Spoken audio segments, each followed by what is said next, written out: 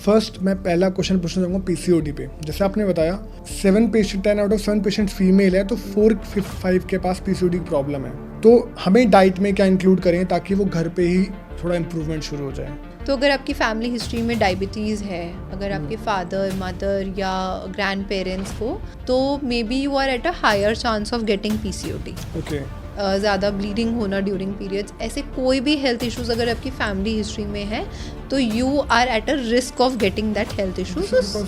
But milk एक ऐसी चीज़ है जो कि बहुत हेल्दी बताया गया है, उसमें फैट भी होता है, लेकिन अब लोग ना अवॉइड करते जा रहे हैं। किसी भी फूड प्रोडक्ट को जब हम बैड और गुड कर देते हैं ना, कि wheat is bad for you but millets are good for you, it's not like that. आप वहीं जन्म दे रहे हो फूड डिसऑर्डर्स को, ईटिंग डिसऑर्डर्स को।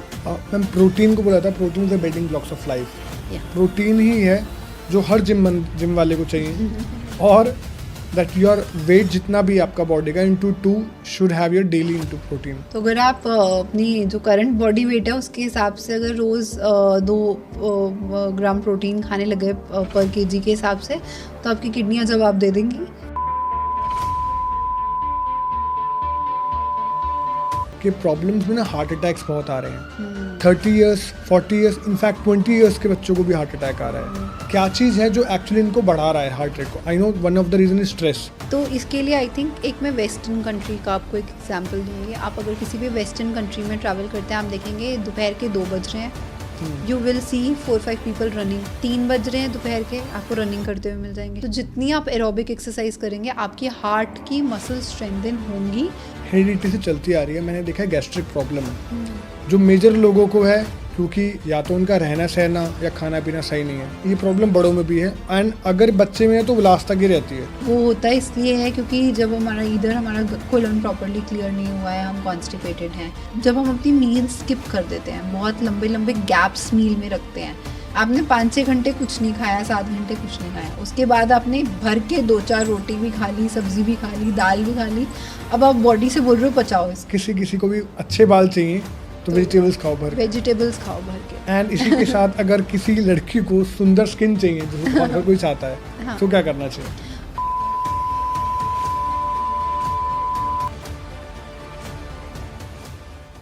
Hello everyone, welcome back to the HS podcast show. आज का हमारा पॉडकास्ट बहुत स्पेशल है क्योंकि जो हमारे गेस्ट हैं वो एक एक्सपर्ट डाइटिशियन है। अगर आपको कोई भी प्रॉब्लम है अपनी लाइफ में, अपनी हेल्थ से रिलेटेड, तो इस पॉडकास्ट के बाद आपकी प्रॉब्लम सॉल्व हो जाएगी। आपको अगर पीसीओडी की प्रॉब्लम है, आपको जानना है आपको कितना प्रोटीन लेना चाहिए, आपको जानना है कि आपको क्या खाना चाहिए, कौन सा लेबल में कौन सा चीज़ देखनी चाहिए ताकि आपको पैकेट लेना है या नहीं लेना है, आपको ये जानना है कि अगर अपने बच्चे से प्यार करते हैं, उसको हेल्थ में अच्छा खाना देना चाहते हैं, तो क्या खरीदना चाहिए, ये सारी प्रॉब्लम्स इस पॉडकास्ट को देखने के बाद आपकी सॉल्व हो जाएंगी। इसके अलावा हमने बात की है मेजर प्रॉब्लम्स जैसे heart attack, BP, sugar, PCOD, इन सब प्रॉब्लम्स को हमने टारगेट किया है। ये एक डिटेल्ड पॉडकास्ट है आपके और आपकी फैमिली के लिए। सो जल्दी से वेट मत कीजिए, अभी के अभी फटाफट से इसको शेयर कीजिए, लाइक करिए वीडियो को, कमेंट करिए ताकि ये चीज़ें आगे से आगे हर लोगों तक पहुंच सकें, एंड सब्सक्राइब कर दीजिए हमारे चैनल को ताकि हम आपको अच्छे से अच्छी वीडियो दिखा सकें। Let's start the podcast. Hello Simran ma'am. Hi, how are you? I am good, thank you so much. आप कैसे हैं? I am good too, thank you. I just welcome you in the HS podcast show, and मैं बहुत खुश हूँ कि आज आप हमारे पास आए हैं और हमें इतनी सारी नॉलेज मिलने वाली है इस पॉडकास्ट से कि हमारे व्यूअर्स को और हमारी प्रॉब्लम जितनी भी है रिलेटेड टू डाइट वो सब खत्म हो जाएगी। Hopefully, yes. I am glad you invited me here, and I am glad that आपकी ऑडियंस को डेफिनेटली थोड़ी बहुत जो भी टिप्स मैं दे सकती हूँ, it will help them a lot in towards a better life and a better health. Sure ma'am, sure. Before we start the podcast और मैं क्वेश्चंस पूछूं आपसे, आई रियली वांट कि आप थोड़ा सा प्लीज़ अपने बारे में बताइए। बिल्कुल, sure. So I have been practising being a dietitian from last 6 years now. 5 years मुझे अपना क्लिनिक स्टार्ट करे हुए online, and 2 years offline clinic start करे हुए हो गया। 5 years online consultation I been providing. Before that I was working in a hospital as a cancer nutritionist in the cancer department and cardiac department. So मैंने सोचा कैसे nutritionist बनने का, आई was also going through some health issues and health crisis, at a very peak stage of career, जब हम 11th-12th में होते हैं, हम आगे डिसाइड कर रहे होते हैं which field we want to go ahead in, किस चीज़ में हमें ग्रेजुएशन करनी है. So at that time I was going through a major health issue, and I was like eating 8 tablets in a day, and I went to almost 10 gynecologists in my city, and I was going through PCOD. And उससे related बहुत सारी problems मैं suffer कर रही थी, which definitely impacted my education like on my studies also. But there was only one doctor who told me, your disease, it's not a disease, it's a lifestyle disorder, and आपको अपनी health पे, अपनी fitness पे काम करने की ज़रूरत है, दवाइयाँ खाने की ज़रूरत नहीं है. Right. She was the only one doctor out of 10-15 doctors that I went to. She was the one doctor who just advised me to walk and eat the right kind of foods, avoid maida, sugar, or anything that increases my blood sugar level, because I was borderline pre-diabetic also at that time in 12th standard. Okay. तो सिर्फ उनकी ये advice, क्योंकि एक different advice होता है ना, जब आपको 15 लोग एक बात बोल रहे हैं, 16th जना आपको एक डिफरेंट बात बोल रहा होता है, तो आपको लगता है कि वाई चलो ये करके देखते हैं, बिकॉज ये 15 चीज़ें तो मैं ऑलरेडी ट्राई कर चुकी थी. तो that's why I tried it, and then it really worked for me. Just 40 minutes of brisk walk healed me. Eating the right kind of foods made me feel more energetic, more better, and my PCOD actually reversed just with diet and exercise. And that's why I realized what is the power of nutrition and a good lifestyle is. And उसके बाद मैंने then I studied bachelor's in science in food and nutrition, and then masters in clinical nutrition. तो अलग अलग subjects हमने पढ़े. Diabetes के patients की कैसे थेरेपी होनी चाहिए, न्यूट्रिशनल थेरेपी होनी चाहिए, PCOD के पेशेंट्स की कैसे थेरेपी होनी चाहिए. And that's how I got the scientific banking कि हाँ, जो उन्होंने मुझे एडवाइस दी थी 4 साल पहले, उसका क्या साइंटिफिक रेलेवेंस है, वो फिर मेरे को पढ़ाई से समझ आया. So that's very inspiring. But मुझे एक बात समझ आई कि फूड जो हम लेते हैं वो कितना इंपॉर्टेंट है आपके लिए. सो कहते हैं जैसा आप खाओगे वैसा ही सोचोगे और वैसा ही आपका शरीर बनेगा. Right. So ma'am, the very first question I really want to ask from you कि आपके पास 5 years का एक्सपीरियंस है, आपकी खुद भी एक प्रॉब्लम में सफ़र किया है अपने 12th क्लास में. तो क्या लगता है मैम, मेजरली किस तरह के पेशेंट्स आते हैं हमारे इंडिया में, कैसी मेजरली प्रॉब्लम्स हैं जो कि काफ़ी मेजॉरिटी लोगों को है? अगर फीमेल सेंट्रिक बात करूँ तो every 7 women out of 10 have PCOD. उनके पीरियड्स इरेगुलर हैं, या एक्ने है, या हार्मोनल इम्बैलेंस है. That is very very common. Hypothyroidism, thyroid disorder is also a very common factor. Diabetes तो इंडिया तो डायबिटिक कैपिटल है वर्ल्ड का. We have I think data कहता है 130 million people in India are diabetic or pre-diabetic. Okay. So the data suggests that we are going at a very very wrong path, क्योंकि हम diabetic capital world के बन चुके हैं. बहुत ज़्यादा deaths cardiovascular diseases, heart attacks से हो रही हैं. We are getting it every other day in the news कि नॉट इवन, अब वो हार्ट अटैक वो नहीं रहा कि 50 साल 60 साल के बाद आएगा. At the age of 35, 36 people are getting heart attacks, and that's something alarming. तो यही सब हेल्थ इश्यूज हम अपने क्लिनिक में भी देखते हैं. People come with hypothyroid disorder, that is very very common, क्योंकि उसमें वेट बढ़ जाता है बहुत ज़्यादा. तो अपने वेट लॉस के लिए भी आते हैं, अपने थायराइड को कंट्रोल करने के लिए भी आते हैं. एंड PCOD, हार्मोनल इम्बैलेंस के बहुत सारे केसेस मैं देखती हूँ. मतलब मेरे अब तक 7,000 अराउंड क्लाइंट्स रह चुके हैं इन 5 years. तो उसमें से अगर मैं बोलूँ, मेरे 70% क्लाइंट्स फीमेल हैं. एंड 70% में से जो हाफ क्लाइंटल है उनको PCOD है. मोर देन हाफ को PCOD है. So it has been a major issue that we are dealing with in patients. Then apart from that, diabetes is there. Diabetes management is very very crucial, क्योंकि अपने साथ साथ इन बीमारियों की और भी बहुत सारी कॉम्प्लिकेशंस जुड़ी होती हैं. तो these health issues are, and अगर हम बोलें कि आपको शुगर हो गई है तो आप दवाई खा लो, अकेले दवाई इज़ नॉट द ट्रीटमेंट. आप दवाई खा रहे हो लेकिन आप फिर अपनी डाइट ठीक नहीं कर रहे हो, लाइफस्टाइल ठीक नहीं कर रहे हो, रेगुलर मॉनिटरिंग नहीं कर रहे हो, तो भी आप अपनी डायबिटीज़ मैनेज नहीं कर सकते। मेरा ऐसा मानना है कि हर हेल्थ इशू के 4 एस्पेक्ट्स होते हैं उसको मैनेज करने के और उसको रिवर्स करने के, जिसमें सबसे पहला इंपॉर्टेंट होता है रेगुलर मॉनिटरिंग। Okay. जब तक आप अपना regularly blood sugar level check ही नहीं कर रहे हो, जब तक आप अपना रेगुलर जाके टेस्ट नहीं करा रहे हो, आपको पता ही नहीं लगेगा कब आपकी गड़बड़ हो रही है, कहाँ आपकी गड़बड़ हो रही है, कितने आपके शुगर लेवल्स फ्लक्चुएट कर रहे हैं, तो आप उसको करेक्ट कैसे करोगे। Absolutely. Second aspect, of course अगर आप डायबिटिक हो चुके हो एंड आप रिवर्स नहीं कर पा रहे हो तो medicine are there, you need to take it. But अगर आप प्री डायबिटिक स्टेज पे हो या अर्ली डायग्नोस्ड है तो इसको हम क्वाइट रिवर्सिबल है, इसको हम रिवर्स कर सकते हैं if it is early diagnosed. उसके लिए भी again regular testing is very very important. Then दूसरा एस्पेक्ट जो है मेडिकल मैनेजमेंट हो गया, मेडिसिन हो गई। तीसरा एस्पेक्ट है डाइटरी चेंजेस। डाइट आपकी मेजर हर एक हेल्थ इशू में रोल प्ले करती है। कोविड के बाद हमें खासकर समझ आया है कि हमारे फूड प्रोडक्ट्स, जब हमारे पास किसी बीमारी का कोई इलाज नहीं था, वी वर रिलाइंग ऑन हल्दी वाला दूध, we were relying on foods, we were relying on super foods. तो कहीं ना कहीं आप हर डिजीज़ को एक स्पेशलाइजेशन, अगर आप बात करें, अगर हम कार्डियक की बात करें तो कोलेस्ट्रॉल के लिए आपको कोलेस्ट्रॉल कैसे मैनेज करना है, क्या खाने से बढ़ता है, क्या खाने से कम होता है, उसके लिए आपको डाइटिशियन के पास जाना पड़ेगा।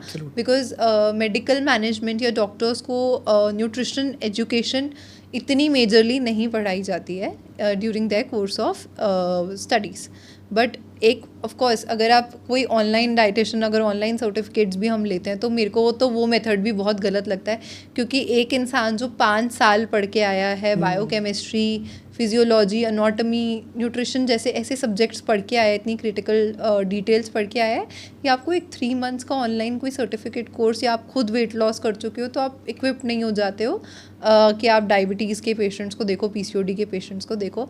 तो nutritional management, nutritional therapy is the third aspect of managing any health issue और any disease. Then fourth aspect is very very important, physical activity.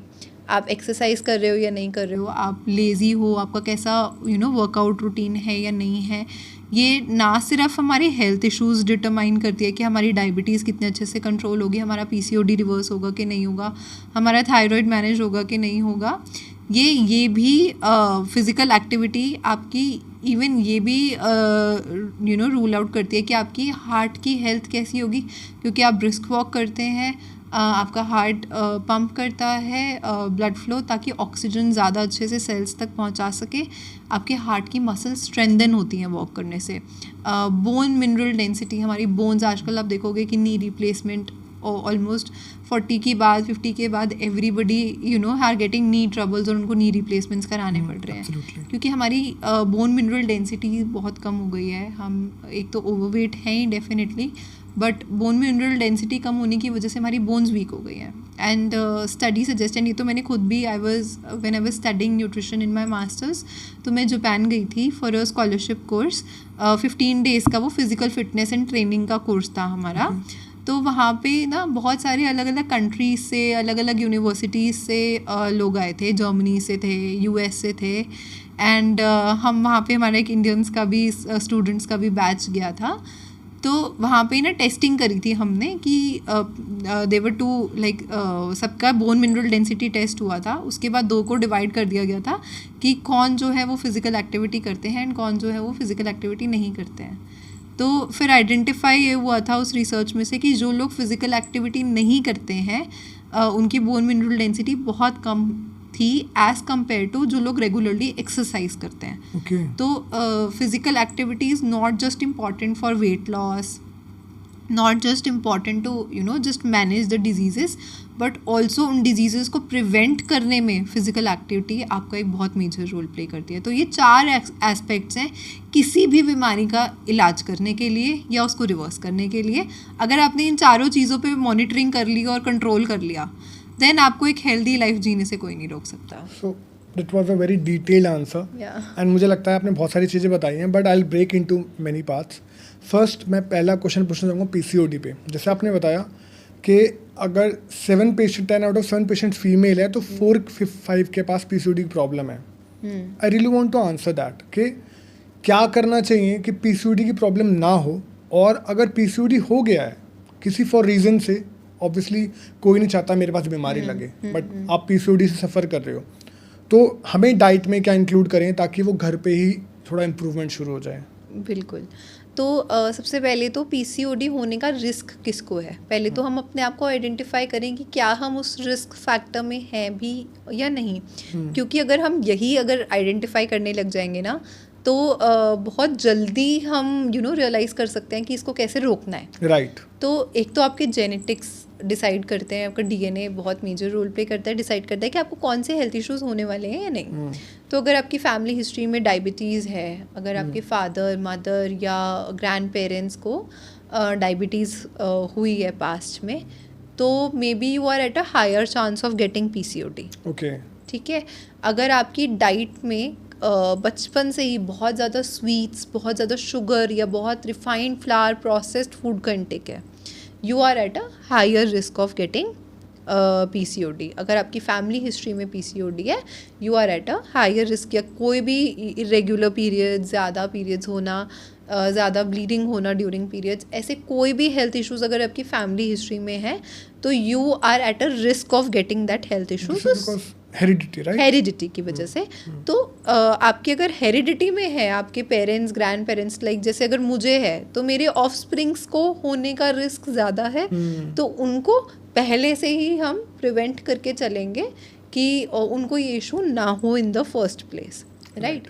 लेकिन अब जिसको है हो गया है, तो पीसीओडी की एक चीज़ है कि हर एज ग्रुप में एक अलग तरीके से प्रेजेंट करता है अपने आप को। जब टीन एज में होते हैं तो पीसीओडी अपने आप को रिप्रेजेंट करता है, हमें एक्ने होने लग जाता है हार्मोनल इम्बैलेंस की वजह से, हमारे साइकिल्स इरेगुलर हो जाते हैं, वेट बढ़ने लग जाता है। तो ये सिम्टम्स हम देखते हैं टीन एज में।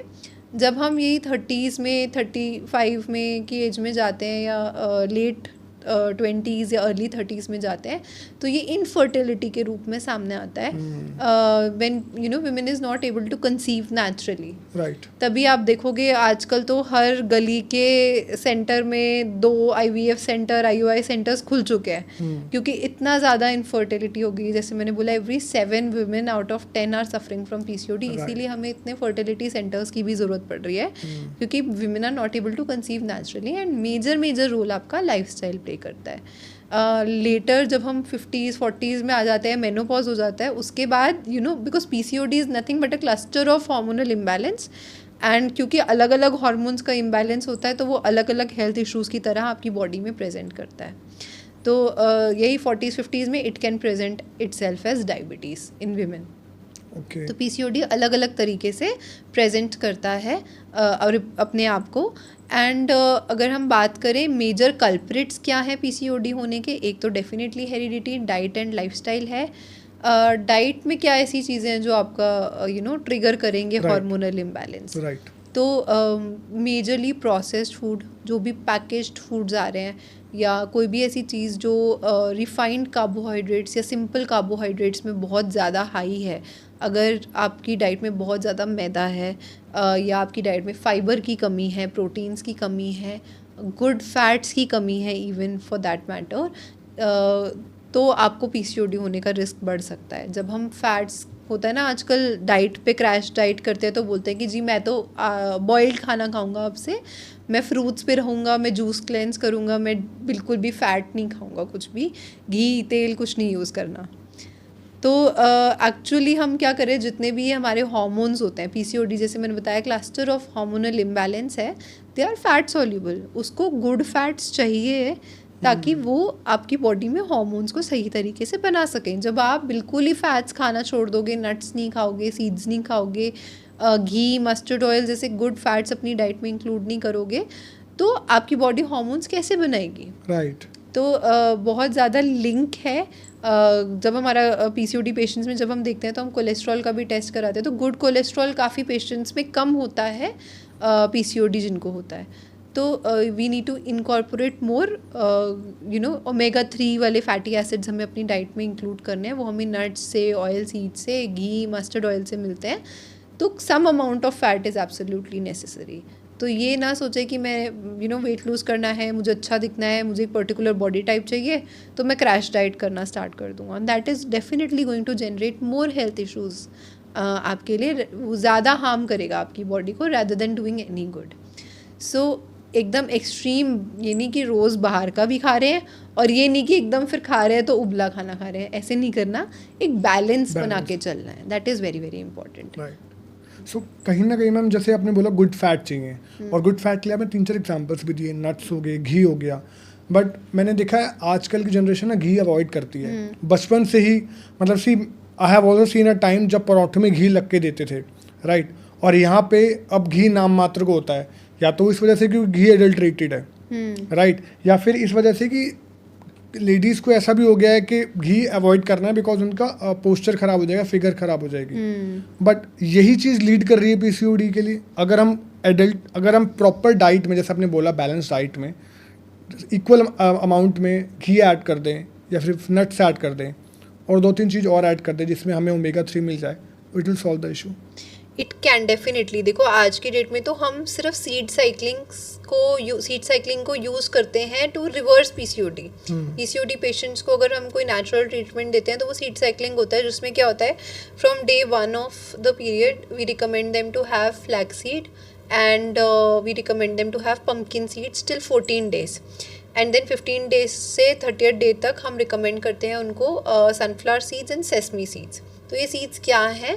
दे are all good fats, good source of omega 3 fatty acids, क्योंकि इसमें ओमेगा 3 अच्छी अमाउंट में प्रेजेंट है, ओमेगा 6 प्रेजेंट है। तो ये सीड्स क्या है, जो हमारे हार्मोन्स को फैट रिक्वायर्ड है to produce them normally and hormonal production को बैलेंस करने के लिए these seeds are required, and अभी जो latest रिसर्च आ रही है वो ये कह रही है that seed cycling has proved tremendously, एक चीज़ ऐसी आई है that can actually reverse PCOD. So seed cycling practice हम कर सकते हैं, जो कि हम आज की डेट में अपने पेशेंट्स के साथ ट्राई कर रहे हैं, स्पेशली जो स्कूल गोइंग यंग गर्ल्स हैं जिनको अभी डायग्नोज हुआ है, उनको it really helps. So definitely fats अपनी डाइट में ऐड करने हेल्प कर सकता है पीसीओडी को रिवर्स करने में फॉर श्योर, लेकिन ये भी देखना है कि आप उस फैट को कैसे यूटिलाइज कर रहे हो। अब जैसे आपने बताया घी हम पराठों पे लगा के खाते हैं ना, तो जब हम उस घी को पका देते हैं बहुत देर तक तो उसकी सारी गुड प्रॉपर्टीज़ हैं वो चेंज हो जाती हैं। तो हमने घी को बहुत ज़्यादा हाई हीट पे नहीं पकाना है। Ghee has to be eaten as topping, या बहुत लो टेम्परेचर कुकिंग के लिए हमने घी को यूज़ करना है। फॉर एग्जांपल हमने पराठा बनाया और फिर हमने उसको तवे से उतार के ऊपर घी की ब्रशिंग कर दी। ये हम अपने पेशेंट्स की पीसीओडी डायबिटीज़ सब पेशेंट्स की डाइट में प्लान करते हैं, and still they manage to lose 3 to 6 kgs weight per month. तो घी खाकर भी आप वेट लूज कर सकते हो, एंड घी खाकर भी आप अपने बहुत सारे हेल्थ इश्यूज़ को रिवर्स कर सकते हो। इनफैक्ट जब आप रोटी पे घी लगाते हैं तो उसका ग्लाइसेमिक लोड जो है वो कम हो जाता है। जैसे सपोज आपने रोटी खाई, उसमें सिर्फ ग्लूकोज है, क्योंकि वो कार्बोहाइड्रेट रिच है ना, थोड़ा बहुत फाइबर है एंड ग्लूकोज रिच है, तो आपकी वो ब्लड स्ट्रीम में जाएगा और तुरंत से ब्लड शुगर बनाएगा। लेकिन जब आपने उसके साथ फैट्स डाल दिए, यानी घी डाल दिया उसके ऊपर, तो वही वो आपके सिस्टम में जाके धीरे धीरे, क्योंकि कॉम्प्लेक्स हो गया ना मॉलिक्यूल, पहले तो सिर्फ एक कार्बोहाइड्रेट का मॉलिक्यूल जा रहा था, अब कार्बोहाइड्रेट के साथ फैट्स भी गए, तो क्या होगा कि वो धीरे धीरे धीरे धीरे शुगर रिलीज करेगा आपकी बॉडी में, एकदम से आपका ब्लड शुगर लेवल नहीं बढ़ाएगा। तो घी खाना at some places in limited quantity is definitely good for you. Okay ma'am, जब घी के बारे में बात करते हैं और पराठे के बारे में बात करते हैं तो एक कॉम्बिनेशन बनता है पराठे और लस्सी के बारे में, मक्खन के बारे में। सो ये कॉम्बिनेशन क्या खाना चाहिए? अब जैसे एक हमारे बीच में ट्रेंड आ गया था कि जो फिट होना चाहता है वो कैलॉग्स पे मूव हो जाते हैं, ठीक है, दूध और कैलॉग्स खाओ, it will give you everything. जहाँ पे नॉर्थ इंडिया में, पंजाब में ट्रेंड है जब तक पराठे नहीं मिलेंगे तब तक नहीं होगा। सो आपको क्या कहना है, मतलब एक अच्छी डाइट में क्या होना चाहिए? वो चीज़ सही है जो हम शुरू से खा रहे हैं, पराठे और लस्सी और मक्खन, या दूध और Kellogg's would be sufficient in a breakfast? So anything that comes in a packet and that is highly processed can not be healthy for you. ठीक है, तो कॉर्नफ्लेक्स को एक बहुत मार्केटिंग गिमिक करके प्रमोट किया गया है that it's healthy for you. Even क्या हॉस्पिटल्स में पेशेंट्स को सर्व होता है. नहीं. बट कॉर्नफ्लेक्स क्या है कि आप अगर लेबल उसका एक बारी रीड करें, मेरी बहुत ज़्यादा अर्ज है लोगों से, अगर हम इतना अवेयर हो जाएं कि हम लेबल्स रीड करके चीज़ें प्रोडक्ट्स ख़रीदने लग जाएं, प्रोडक्ट्स बाय करने लग जाएं, तो आई थिंक आधी प्रॉब्लम हम अपनी वहीं सॉल्व कर सकते हैं. क्योंकि लेबल पे लिखा होता है it's healthy for you, but it might not be true. अगर आप उसका लेबल रीड करें, उसमें कॉर्न सिरप की कोटिंग होती है ताकि वो थोड़ा स्वीट टेस्ट करे. उसमें फाइबर बहुत लिमिटेड अमाउंट में होता है. आपको एक फुलके खाने से ज़्यादा उससे फाइबर मिल जाएगा rather than कॉर्नफ्लेक्स खाने से. So it is not something that has to be eaten every day and it is not something that should be a part of their diet, because उसमें उनको ना तो कोई वाइटामिन्स एंड मिनरल्स मिल रहे हैं, ये इस मिल्क में जो भी मिनरल्स हैं वो मिल रहे हैं, बट कॉर्नफ्लेक्स से it's like empty calories. It's not providing any nutritive value. तो आपका जो खाना है वो कैलोरी डेंस नहीं होना चाहिए, वो न्यूट्रिएंट डेंस होना चाहिए. ना कैलोरी डेंस क्या होता है कि एक खाने के प्रोडक्ट में कितनी कैलोरीज हैं. न्यूट्रिएंट डेंस है कि एक खाने के प्रोडक्ट में इतनी कैलोरीज हैं प्लस उसके साथ इतने न्यूट्रिएंट्स भी हैं, वाइटामिन्स भी हैं, मिनरल्स भी हैं, फाइबर भी है. तो आपका खाना न्यूट्रिएंट डेंस होना चाहिए rather than कैलोरी डेंस होने के बजाय. सो आपने बोला लेबल पढ़ना चाहिए. बिल्कुल. एक ट्रेंड भी था लेबल पढ़ेगा India. Can you just give a idea कि जब भी कोई breakfast is a very good meal जो अच्छे से खाना चाहिए और वो पूरे डे में सपोर्ट करती है, बट जैसे जैसे कंपनीज आके ट्रेंड्स को चेंज करती हैं, सोचते हैं उनका प्रोडक्ट ज़्यादा बिके विदाउट कंसर्निंग कि इनकी हेल्थ पे क्या इम्पैक्ट पड़ रहा है. Can you give us idea कि एग्जैक्टली लेबल पे क्या देखना चाहिए ताकि उनको nutrients full of nutrients food मिले, और अगर वो ब्रेकफास्ट में कुछ ऐसी चीज़ ऐड करना चाह रहे हैं क्योंकि सब के सब पराठे नहीं खाते हैं, तो क्या चीज़ देखें ताकि this can be good for breakfast. I will suggest you 10 different options of breakfast जो हम खा सकते हैं, जो कि बहुत हेल्दी है, न्यूट्रिशियस है, घर पे बनाए जा सकते हैं एंड उसको खा के वेट भी लूज हो सकता है और आप PCOD, डायबिटीज़, सारे हेल्थ इश्यूज भी प्रिवेंट कर सकते हो. सो पहले तो लेबल में हमें क्या देखना है. तो हर लेबल के पीछे एक न्यूट्रिशन इन्फॉर्मेशन करके लेबल होता है. उसमें बताया जाता है कि इसमें इतनी कैलोरीज हैं 100 ग्राम पर 100 ग्राम्स में, और पर सर्विंग में इतना शुगर है, इतना सोडियम है. तो जो भी उसकी न्यूट्रिटिव वैल्यू होती है वो आपके न्यूट्रिशन इन्फॉर्मेशन लेबल में लिखा होता है. राइट. अगर उसमें शुगर है और कई जगह सिर्फ टोटल शुगर लिखा होता है, लेकिन कई उसमें ज़्यादा अच्छे से स्पेसिफाई करके लिखा होता है कि एडेड शुगर कितना है. तो कोई भी फूड प्रोडक्ट है जिसमें बहुत एडेड शुगर है बहुत ज़्यादा, तो वो हमें डेफिनेटली अवॉइड करना है. एंड देन अगर उसमें सेकेंड चीज़ जो हमने नोटिस करनी है वो है हमारे इंग्रेडिएंट्स का जो लेबल है. अब इंग्रेडिएंट्स का जो लेबल है उसमें आप हमें देखेंगे जिस भी ऑर्डर में लिखा होता है वो मैक्सिमम टू मिनिमम के ऑर्डर में लिखा होता है. तो जो भी चीज़ उसमें मैक्सिमम अमाउंट में प्रेजेंट है वो पहले लिखी रहेगी and then slowly it will the ingredient is mentioned as per the quantity it is been put in. तो इंग्रेडिएंट्स का लेबल आपने चेक करना है. ऑल्दो अगर आपका प्रोडक्ट कहता है कि ये शुगर फ्री है, ये हेल्दी है, लेकिन उसमें कॉर्न सिरप डला हुआ है, हाई फ्रक्टोज कॉर्न सिरप डला हुआ है, या माल्टोज डला हुआ है, या आइजो माल्टोज डला हुआ है, these are nothing but just different names of sugar. Right. तो you have to be very careful, read the ingredients.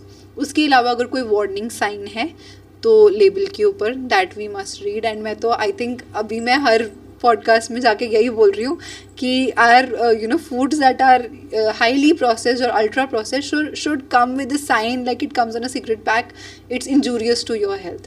तो ये आना चाहिए कि ताकि लोगों को पता रहे कि हाँ हम बिस्किट्स खा रहे हैं और इस पे लिखा है कि this is multigrain biscuit, it does not have maida, it has 0 मैदा. लेकिन वहीं आप लेबल पढ़ोगे उसको टर्न करके तो उसमें भर भर के शुगर है.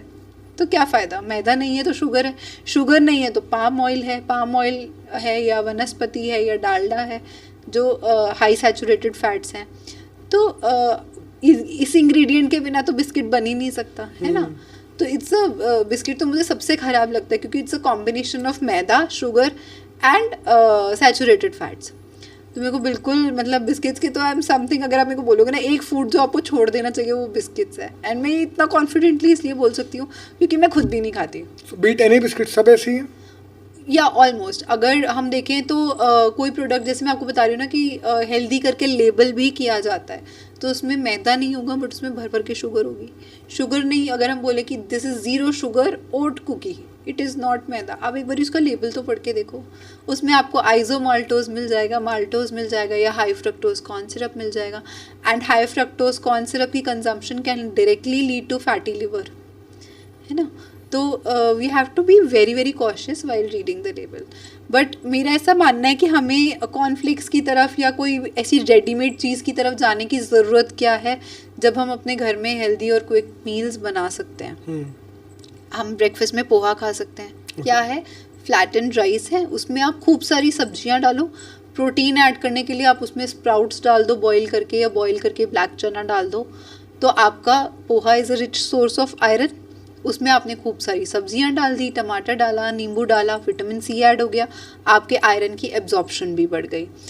खूब सारी सब्जियां डालने से उसमें फाइबर ऐड हो गया। ब्लैक चना और स्प्राउट्स डालने से उसमें और आयरन ऐड हो गया, और फाइबर ऐड हो गया, और प्रोटीन्स ऐड हो गए। It becomes a complete breakfast. तो पोहा खाया आपने, तो it's like a complete breakfast. It will give you energy, it will give you proteins, it will give you essential vitamins and minerals, and it will give you fibre. एक हम पोहा खा सकते हैं, पोहा खा सकते हैं हम लोग, वर्मिसेली खा सकते हैं जो सूजी की बनी हुई होती है, चीला खा सकते हैं, बेसन ओट्स का चीला खा सकते हैं, दलिया खिचड़ी खा सकते हैं। दलिया हुआ, दाल हुआ, एंड खूब सारी वेजिटेबल्स हुई, आप उसको दही के साथ खाओ। It's a complete breakfast. You are getting your probiotics, you are getting your proteins in the form of. और आजकल ये भी ट्रेंड बन गया कि दाल में प्रोटीन नहीं होता। एक कटोरी दाल में आपको 6 ग्राम प्रोटीन मिलता है, ठीक है।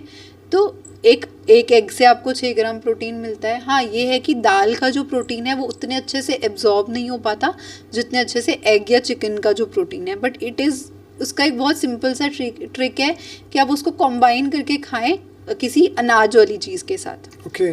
लाइक अगर आप एक दाल की कटोरी खा रहे हो, आपने उसमें 6 ग्राम प्रोटीन मिला आपको, तो उसमें से हार्डली 2 या 3 ग्राम एब्जॉर्ब हुआ आपकी बॉडी में। लेकिन इसी एब्जॉर्प्शन को बढ़ाने के लिए हम क्या करेंगे, खिचड़ी बना के खा लेंगे। दलिया डाल दिया, या राइस डाल दिए, या किनोआ डाल दिया। डिफरेंट टाइप की हम कोई मिलेट की खिचड़ी बना सकते हैं। So it will become a complete protein, and it will be more absorbable in your body. आपकी बॉडी में वो प्रोटीन और अच्छे से एब्जॉर्ब होगा, क्योंकि जो अमाइनो एसिड दाल में एब्सेंट होते हैं वो हमारे अनाज में प्रेजेंट होते हैं। दैट एक्चुअली रिमाइंड्स मी, मेरी मदर भी ना, जैसे क्या होता है, दाल होती थी, वो दाल का पानी या दाल ना आटे में मिला के बना देती दाल, थी। हाँ, दाल तो की रोटी। एक्चुअली में जो रोटी बनती थी, it has all the ingredients जो दाल में थे, और जो आपने साइंटिफिक रीजन दिया कि उसमें एब्जॉर्ब हो गया ना, तो सब कुछ कंबाइन हमारे करके, एग्जैक्टली या तो वो ज़्यादा एब्जॉर्बेबल हो गया आपका Right. Protein. Ma'am, I want to ask कि लेबल हमने समझ आ गया हमें क्या करना चाहिए, बट मिल्क एक ऐसी चीज़ है जो कि बहुत हेल्दी बताया गया है, उसमें फैट भी होता है, लेकिन अब लोग ना अवॉइड करते जा रहे हैं। कुछ है जनरेशन जो नहीं लेती। अब लोगों को मैंने देखा है लैक्टोज एलर्जिक भी हो गए हैं। तो milk, first question is milk क्या लेना चाहिए, दूध पीना चाहिए? सेकंड इज कि अगर शाम के टाइम पे भी कोई पीता है तो is it good for health? या सो मिल्क बेचारा ऐसे ही बिना बात के बहुत कंट्रोवर्सीज़ में आ गया है। हम बचपन से पीते हुए आ रहे हैं, हमारे अगर हम देखें हमारे एंसेस्टर्स भी बहुत टाइम से पीते हुए आ रहे हैं, हम भी pीते हुए आ रहे हैं। तो ऐसा नहीं है कि आपने दूध पिया तो आप बीमार हो जाओगे, या दूध से आपको बीमारियां हो रही हैं, क्योंकि we have been grown up eating roti. आज दूध, रोटी, चावल, हर चीज़ को कल्प्रेट हम लोग बनाते हैं। मैं तो मतलब प्रॉब्लम ये है कि half knowledge is more dangerous. Yes. अब बात वहीं आ जाती है, जो प्रॉपर न्यूट्रिशन एजुकेशन करके आया है और जो 3 महीने का एक ऑनलाइन कोर्स किया है, वो आप कंपेयर नहीं कर सकते, क्योंकि साइंटिफिक बैकिंग और साइंटिफिक रीजनिंग नहीं मिलती है आपको, जो आपको BSc, MSc, रिसर्च, इंटर्नशिप सिखा के जाती है। तो सबसे पहली बात है, ये हाफ नॉलेज की बातें हैं कि मिल्क पीना चाहिए। किसी भी फूड प्रोडक्ट को जब हम बैड और गुड कर देते हैं ना, कि wheat is bad for you but millets are good for you, it's not like that. जब आप फूड को बैड एंड गुड लेबल करना शुरू कर देते हैं, आप वहीं जन्म दे रहे हो फूड डिसऑर्डर्स को, ईटिंग डिसऑर्डर्स को, एनोरेक्सिया को, बुलिमिया को। क्योंकि जब आप फूड को गुड एंड बैड, हम जब फूड को नज़रिए से देखने लग जाएं गुड और बैड के, तो ऐसा होता है कि चाहे उसमें कितने भी अच्छे न्यूट्रिएंट्स हो, लेकिन मेरा उस फूड के साथ रिलेशनशिप ख़राब हो गया, चावल खाने से डायबिटीज़ होती है, ऐसा नहीं है। मेरा चावल के साथ रिलेशन ख़राब हो गया, जबकि चावल is the very easy, light to digest, good food for your gut health. It is a very good prebiotic. तो कोई भी फूड को गुड एंड बैड नहीं लेबल करना। बीट वाइट राइस और ब्राउन राइस, यस, दोनों अच्छे होते हैं हेल्थ के लिए, बिल्कुल। और जो कि एक हमेशा बोला जाता है कि ब्राउन राइस ही खाओ, ब्राउन ब्रेड ही खाओ, वाइट तो बिल्कुल नहीं खाना चाहिए। White bread is something different, वो मैदे से बनती है। इवन अगर आप ब्राउन ब्रेड का लेबल पढ़ोगे तो उसमें कलरिंग एजेंट्स डले होते हैं, and it is more than 70% it's maida only, brown bread. लेकिन अगर हम 100% आटा ब्रेड या सारडो ब्रेड, आजकल तो घर में इतनी इजी रेसिपीज़ आ गई हैं ब्रेड बनाने की, सो अगर हम ऐसी कोई ब्रेड यूज़ कर रहे हैं, sourdough bread is very good, क्योंकि वो आपकी again it has it feeds your good gut bacteria, fermentation से बनाई जाती है वो। एंड खमीरी रोटी जो हम खाते थे पहले टाइम पे, वो ज़्यादा इजी होती है, लाइट ऑन द गट होती है टू डाइजेस्ट। तो जो खाना जितना इजीली डाइजेस्टेबल है आपकी गट के लिए, और जो आप फूड प्रोडक्ट्स खाते हुए आए हो, यू ग्रोन अप ईटिंग, वही आपकी डाइट में होने चाहिए, चाहे वो मिल्क हो, फिर चाहे वीट हो। मिल्क अगर आप कंज्यूम कर रहे हो तो आपको ये ध्यान देना है कि आपका बहुत हाई फैट नहीं होना चाहिए। बफलो मिल्क ले रहे हो तो उसकी काऊ मिल्क ले रहे हो, बफलो मिल्क ले रहे हो तो उसकी क्रीम हम उतार दें, बफलो मिल्क की 2 बार उतार दें, काऊ मिल्क की 1 बार उतार दें। अच्छा। तो जो उसका एक्सेस फैट है वो निकल जाएगा, बट उसकी जो प्रोटीन्स और बाकी के मिनरल्स हैं वो इंटैक्ट रहेंगे। तो इस तरीके से मिल्क बनाकर हम अपना डेफिनेटली अपनी डाइट में कंज्यूम कर सकते हैं। Now if you are allergic to milk या आप लैक्टोज इंटॉलरेंट हो तो आपको अवॉइड करना है। बेसिकली वो इट इज़ लाइक कई बारी हमारी बॉडी में एक एंजाइम होता है, लैक्टेज एंजाइम, जो कि मिल्क को डाइजेस्ट करने में रोल प्ले करता है। So some people are born with the absence of that enzyme, या एज के साथ साथ जो लोग रेगुलरली मिल्क नहीं कंज्यूम करते हैं उनका लैक्टेज एंजाइम की प्रोडक्शन कम हो जाती है धीरे धीरे। तो अल्टीमेटली क्या होता है कि milk it can lead to lactose intolerant, यानी मिल्क की इंटॉलरेंस हो जाती है और उसके मिल्क कंज्यूम करने के बाद दे फील डिस्कम्फर्ट। तो उन लोगों को येस मिल्क अवॉइड करना पड़ेगा, there is no problem in that. But अगर आपको मिल्क से एलर्जी नहीं है, आपको मिल्क पसंद है, आपको पीना, जैसे आई एम समवन जिसको मिल्क पीना पसंद है, लेकिन मेरे को पीसीओडी हुआ, मुझे डॉक्टर ने बोला दूध मत पियो, और दूध छोड़ के भी मेरा पीसीओडी ठीक नहीं हुआ। और जो मेरे को दूसरी डॉक्टर ने बोला वॉक करो और बस जंक फूड मत खाओ, घर का खाना खाओ, अच्छा खाना खाओ, खूब सारी सब्जियां खाओ, फ्रूट्स खाओ और दूध पियो, वहाँ मैंने दूध पी के भी अपना पीसीओडी रिवर्स कर लिया। तो यू हैव टू डिसाइड, अगर आपको पसंद है तो आप पियो, कोई ऐसी रैंडम बंदी की बात सुन के अनाज खाना या दूध पीना मत बंद कर दो। राइट मैम, एक ना जब भी हम दिल्ली एनसीआर से बिलोंग करते हैं, और ऐसी ना सिटीज़ बहुत सारी पोल्यूटेड हो चुकी हैं, जो एक कॉमन प्रॉब्लम है ना, और जो इनफैक्ट हेरिडिटी से चलती आ रही है, मैंने देखा है गैस्ट्रिक प्रॉब्लम है जो मेजर लोगों को है, क्योंकि या तो उनका रहना सहना या खाना पीना सही नहीं है। तो एक ऐसी और ये प्रॉब्लम मैंने देखा है कि बच्चों में भी है, ये प्रॉब्लम बड़ों में भी है, एंड अगर बच्चे में है तो वो लास्ट तक ही रहती है। So is there any solution कि गैस्ट्रिक प्रॉब्लम से दवाइयाँ ना खानी पड़े, या क्या चीज़ करनी चाहिए ताकि ये प्रॉब्लम से ख़त्म हो जाए?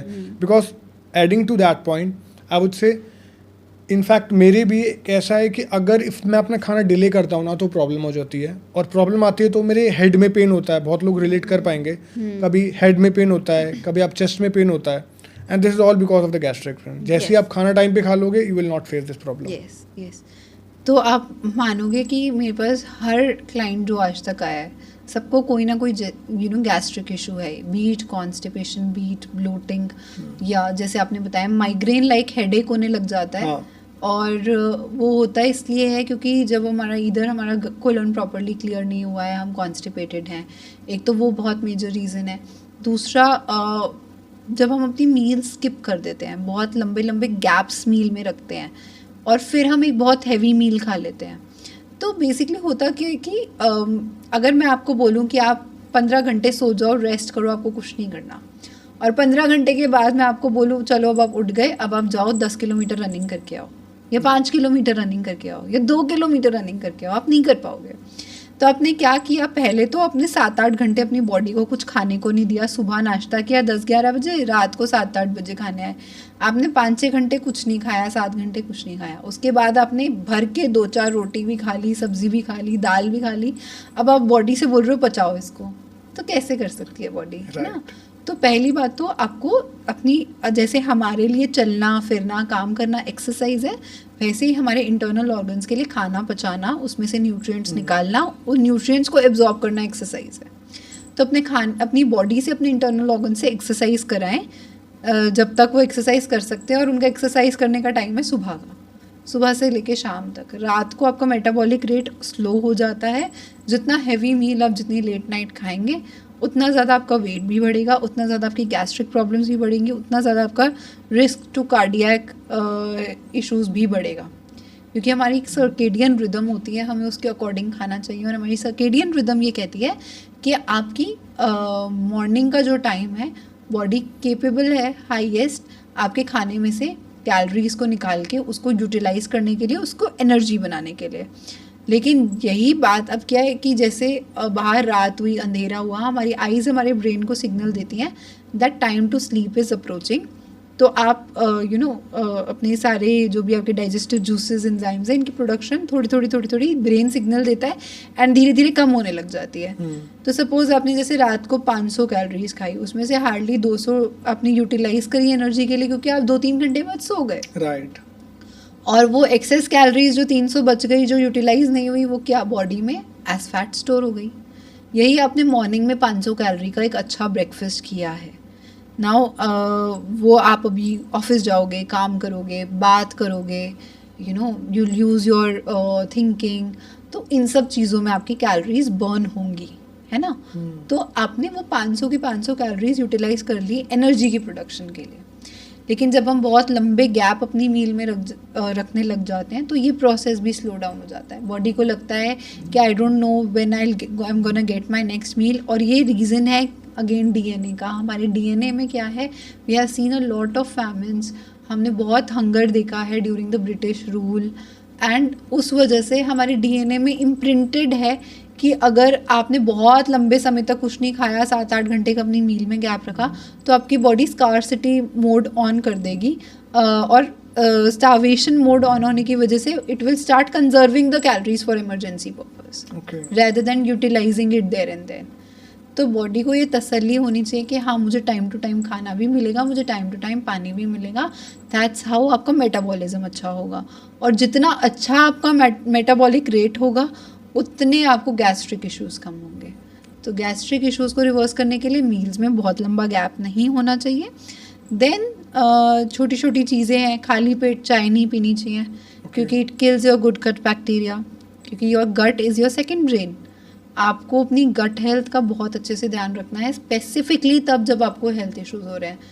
और अगर आपकी गट हेल्थ ठीक नहीं है, आपकी गट में जो गुड गट बैक्टीरिया है वो कम है, और वो कम कैसे हो जाता है, प्रोसेस फूड खाने से। तो वो कम है तो आपको माइग्रेन लाइक हेडेक्स भी होंगे, आपको खाना भी डाइजेस्ट करने में तकलीफ होगी, आपको ब्लोटिंग भी रहेगी, आपको कॉन्स्टिपेशन भी होगी, या आपका पेट भी बार बार खराब होगा। तो how you eat, at what intervals you eat, what you are putting in your body decides how your metabolic rate is going to be. So there are two things which I would like to ask you, और मुझे कुछ conclude भी किया। So जैसे आपने बोला रात में हमें कम कैलोरी की ज़रूरत होती है, हमारा मेटाबॉलिक रेट भी स्लो हो जाता है, तो हमें कम खाना चाहिए। बट अगर मैं अपना घर में देखूँ, जो मेरे घर में चलता आ रहा है, और रात में भी हम सब्जी रोटी खाते हैं, इट्स द सेम अमाउंट जो हम लंच में मैंने किया, राइट।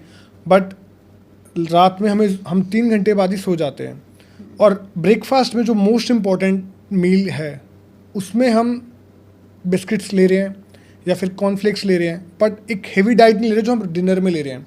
सो कह रहे हैं कि ये गलत ही चलता आ रहा है। अगर हम रिप्लेस कर दें ब्रेकफास्ट को डिनर को, should it be good? Yes, it will be good. देखो, हम डिनर में क्या खाते हैं, हम डिनर में दाल भी खाते हैं, रोटी भी खाते हैं, सब्जी भी खाते हैं, सैलेड भी खा लेते हैं कई बारी, है ना। तो यही मील अगर आप अपने ब्रेकफास्ट में खाएंगे, it will become a complete breakfast. But cornflakes dinner में खाना भी सही नहीं है। डिनर में अगर आपको कुछ लाइट खाना है, आप खिचड़ी खाओ, आप सूप पियो, 1 से 2 बोल सूप पी लो, 1 से 2 दाल की कटोरी खा लो, उसमें थोड़ा सा दलिया डाल लो, तो आपको एक कंप्लीट प्रोटीन भी मिल गया। ये वेजिटेरियन सोर्सेज हैं। फिर आप खूब सारी सब्जियां लो, सॉटे करो। अगर आपको वेट लूज़ करना है, जैसे वेट लॉस के जो मेरे क्लाइंट्स होते हैं उनकी डाइट में खूब सारी सब्जियां होती हैं, सॉटे करते हैं, थोड़ा सा पनीर डालते हैं उसमें और वो एज अ डिनर खा लेते हैं। या आप खूब सारी सब्जियां ली, उसमें ऑमलेट में डाली, एग वाइट ऑमलेट में और एक होल एग में, तो वो ऑमलेट ले लिया। तो इस तरीके के आप डिनर ऑप्शंस ले सकते हैं जो कि प्रोटीन में ज़्यादा होते हैं और ज़्यादा बायो अवेलेबल प्रोटीन होता है जिसमें। तो ऐसे ऑप्शंस हम अपने डिनर में इंक्लूड कर सकते हैं क्योंकि वो आपके रात भर आपका ब्लड ग्लूकोज लेवल भी मैनेज करने में हेल्प करेगा। And lightest meal for your dinner जो हम सदियों से खाते आ रहे हैं अपने इंडियन, लेकिन अब कल्चर में भूल गए हैं, दैट इज़ योर खिचड़ी। खिचड़ी लो, उसमें आप थोड़ा सा घी डालो ऊपर एंड खाओ। You will not have any gastric issues okay. If you start eating khichdis for your dinner and start having a early dinner. अपना डिनर का और सोने का गैप इंक्रीज करना है। कितना होना चाहिए? मेरे अकॉर्डिंग तो अगर वेट लॉस करना है तो 5 घंटे, बट अदरवाइज एटलीस्ट 3 आवर्स तो होना चाहिए। मतलब सोने से 3 घंटे पहले? हाँ, अगर वेट लॉस करना है तो 5 घंटे पहले, और अगर वेट ठीक है आपका बट आपको थोड़ा एक्टिव और फील करना है, एनर्जेटिक फील करना है, हेल्दी लाइफस्टाइल जीना है, तो सोने से एटलीस्ट 3 घंटे पहले। और खाना खाने के बाद सीधा जाके लेटना नहीं है। You have to walk, you have to move your body. अगर आप खाना खाते ही जाके सीधा लेट जाओगे या रेस्ट करने लग जाओगे या बैठ जाओगे तो क्या होगा, वो यूटिलाइज करनी थोड़ी सी डिफ़िकल्ट हो जाती है कैलोरीज बॉडी के लिए। कहाँ बर्न करें? अगर आप डायबिटीज़ को प्रिवेंट करना चाहते हो, one thing that you can start doing from today, अपने ब्रेकफास्ट के बाद 5 मिनट वेट किया, 10 मिनट के लिए move your body, don't sit. Okay. Lunch के बाद 5 मिनट वेट किया, don't move your body, like don't sit at one place, just move your body. And dinner के बाद 5 मिनट वेट किया, don't sit at one place and move your body. ये 10-10 minute की walk जब हम अपनी तीनों मेजर मील्स की बात करने लग जाएंगे, दैट्स व्हेन हम अपनी आधे से ज़्यादा हेल्थ इश्यूज़ को रिवर्स कर सकते हैं। ठीक है। मैम, प्रोटीन को बोला था, protein is the building blocks of life. Protein ही है जो हर जिम वाले को चाहिए और सबको चाहिए। मतलब अगर मैं जिम नहीं करता बट स्टिल मुझे भी चाहिए। So in the beginning of learning no I got to know कि प्रोटीन कितना चाहिए। व्हेन आई आस्क्ड समवन, तो मुझे किसी ने बोला दैट योर वेट जितना भी आपका बॉडी का into 2 should have your daily into protein. Into two. So मतलब मुझे किसी ने बोला कि इफ़ आई एम 70 kgs तो मुझे 150 ग्राम प्रोटीन दिन में लेना चाहिए। I want to ask you कि प्रोटीन कितना ले। सेकेंड, वेजिटेरियंस जो कि नॉनवेज खाना पसंद नहीं करते हैं, उतने ग्राम प्रोटीन कहाँ से इनटेक करें? तो अगर आप अपनी जो करंट बॉडी वेट है उसके हिसाब से अगर रोज़ 2 ग्राम प्रोटीन खाने लगे पर केजी के हिसाब से, तो आपकी किडनियाँ जवाब दे देंगी। So the ideal intake of protein should be 0.8 to 1 grams पर केजी आइडियल बॉडी वेट। तो आप आइडियल बॉडी वेट कैसे निकाल सकते हो? आपकी जो भी हाइट है, if you are a male, तो height in centimetres -100 is for males and -105 is for females. So suppose if you are 175 centimetre, तो आपका जो आइडियल वेट होना चाहिए दैट इज़ 75 kgs। तो आपको 75 ग्राम्स प्रोटीन की रिक्वायरमेंट है। हाँ, लेकिन अगर आप जिम करते हो, आप मसल्स बिल्ड करना चाहते हो, आप बॉडी बिल्डिंग करना चाहते हो, तो ये आप 1.2, 1.3, 1.5 ग्राम्स पर केजी आइडियल बॉडी वेट आप इंक्रीज़ कर सकते हो फॉर श्योर। और उसके लिए आपको सप्लीमेंट्री फॉर्म में जाना पड़ेगा, क्योंकि उतनी एपेटाइट होने के लिए आपको प्रोटीन के साथ साथ उतनी कैलोरीज भी कंजम्पशन इंक्रीज़ करनी पड़ेगी, क्योंकि protein doesn't come without calories, है ना। तो उसके लिए you will definitely have to go for supplementary form. But अगर आप एक नॉर्मल अच्छी लाइफ हेल्दी मसल मास के साथ जीना चाहते हो, सो एटलीस्ट 1 ग्राम 1.1 ग्राम पर KG ideal body weight protein is required for you. और आइडियल बॉडी वेट माने 75 है तो 75 ग्राम्स आइडियल बॉडी वेट। ऐसा नहीं है कि अगर कोई किसी का वेट 100 kg है तो उसको 100 ग्राम प्रोटीन की ज़रूरत है। It's not like that. अगर किसी का वेट 100 kg है लेकिन उनकी हाइट कहती है कि उनका वेट 75 होना चाहिए, तो उनके लिए भी 75 ग्राम्स ही आइडियल रिक्वायरमेंट है। राइट। ठीक है, तो आइडियल बॉडी वेट के हिसाब से हमेशा हम प्रोटीन की रिक्वायरमेंट को जज करते हैं। अब आपने पूछा वेजिटेरियन सोर्सेज, तो वेजिटेरियन में भी बहुत सारे ऐसे फूड सोर्सेज हैं, जैसे मैंने आपको बताया दाल, आजकल हम बोलने लगे हैं दाल में प्रोटीन नहीं होता, दाल में प्रोटीन होता है, बट हाँ आई अग्री कि कंप्लीट प्रोटीन नहीं होता। जहाँ आपने 6 ग्राम खाया हार्डली 50% एब्जॉर्ब होता है, तो उसकी एब्जॉर्प्शन इंक्रीज़ करने के लिए आप उसको अनाज के साथ कंबाइन करके खा सकते हो, तो उसकी एब्जॉर्प्शन इम्प्रूव हो जाती है प्रोटीन की फ्रॉम दाल। प्लस उसके अलावा लेग्यूम्स, हमारे rajma, chole, lobia, they are all good sources of protein. तो आपको एटलीस्ट हर मील में इनमें से कोई एक चीज़ की डोज चाहिए अपनी डाइट में in good quantity to meet up your protein requirement. Apart from that milk हम लोग कर सकते हैं, 1 ग्लास ऑफ मिल्क से भी आपको अराउंड 6 से 8 ग्राम प्रोटीन मिल जाता है। अगर आप कार्डियक पेशेंट है या डायबिटीज़ या हार्ट डिजीज़ आपकी फैमिली हिस्ट्री में रही है, तो जैसे मैंने बताया बफलो मिल्क को 2 बारी बॉईल करके, काऊ मिल्क को 1 बारी बॉईल करके, उसकी क्रीम रिमूव करके उसमें से फैट हटा के आप वो मिल्क कंज्यूम कर सकते हो। सो 1 ग्लास हम दिन में दूध पी सकते हैं, सोते टाइम हल्दी वाला दूध पी सकते हैं, that's very beneficial for you. Otherwise आप मिल्क प्रोडक्ट्स लाइक पनीर अपनी डाइट में इनकॉर्पोरेट कर सकते हो, एटलीस्ट अपने ब्रेकफास्ट एंड लंच में दही इनकॉर्पोरेट कर सकते हो। अब इसके अलावा जो हमारे जो छोटे छोटे मील्स, जो स्नैक्स होने चाहिए इन बिटवीन योर मील्स, उसमें भी हमें थोड़ा बहुत प्रोटीन का कोई एक सोर्स ऐड करना चाहिए। तो हम स्प्राउट की चाट बनाकर ले सकते हैं उस टाइम पे, या पनीर को जैसे मैंने बताया सॉटे करके सब्जियों के साथ अपनी मील में ले सकते हैं। 80 to 100 grams of paneer we can take. These are all vegetarian sources of protein. Now इसके अलावा भी non milk based protein sources होते हैं, जैसे कि टोफू हो जाता है, सोया मिल्क हो जाता है। They also provide you some amount of proteins, like good amount of proteins and high quality protein. तो ये सारे फूड प्रोडक्ट्स आपको अपनी डाइट में डेली बेसिस पे इनकॉर्पोरेट करने हैं। तो लाइक पोहा खा रहे हो तो सिंपल पोहा मत खाओ, बट उसमें बॉयल्ड ब्लैक चना या बॉयल्ड स्प्राउट्स डाल लो। एक तो उसकी न्यूट्रिटिव वैल्यू भी बढ़ेगी, प्लस उसमें प्रोटीन भी ऐड हो जाएगा, तो और ज़्यादा अच्छे से बॉडी उसको यूटिलाइज कर पाएगी। तो कोई भी ब्रेकफास्ट सीरियल खा रहे हैं, उपमा खा रहे हैं, तो साथ में उसके आप ज़रूर एक थिक कटोरी, मतलब ऐसे वो पतला वाला जो रेस्टोरेंट में सांभर मिलता है वो वाला नहीं, अच्छा थिक वाला सांभर जो पंजाबी घरों में सांभर बनता है वैसा वाला सांभर लेंगे। तो उसमें दाल है, दाल एंड अनाज, अगेन सूजी अनाज है, तब इस कॉम्बिनेशन में खाएंगे तो उसकी एब्जॉर्प्शन बढ़ जाएगी। तो हर मील में आपको एक प्रोटीन का सोर्स, सिंपल सा फॉर्मूला है। अगर आपको एक हेल्दी लाइफ जीना है, आपकी प्लेट है 1/4 portion protein, 1/4 portion carb, 1/4 portion आपका प्रोबायोटिक्स एंड 1/4 पोर्शन आपकी वेजिटेबल्स। ये एक बैलेंस्ड प्लेट है जो आप अपनी हर मील में कर सकते हो। अगर आप वेट लॉस करना चाहते हो तो यही मील को हम डिनर के टाइम पे बस half vegetables and half proteins में शिफ्ट कर देंगे। तो ये एक बहुत अच्छा तरीका है या बहुत अच्छी टेक्निक है अपनी मील को बहुत हाई प्रोटीन करने का। और बहुत अलग अलग फॉर्म्स में मूंग दाल का चीला ले सकते हैं, बेसन का चीला ले सकते हैं, they are also very good sources of protein. तो अलग अलग फॉर्म में इसको हम, ऐसा नहीं है कि अगर हम एक हेल्दी वेल बैलेंस डाइट खा रहे हैं तो वो नेसेसरीली बोरिंग होगी, बस वो ज़्यादा न्यूट्रिशियस होगी। तो आधा रास्ता हम आ रहे हैं, आपको अलग अलग रेसिपीज़ दे रहे हैं, कटलेट्स दे रहे हैं या चाट दे रहे हैं, आधा रास्ता आप आओ, इंस्टेड ऑफ हैविंग आलू टिक्की go have sprouts tikki.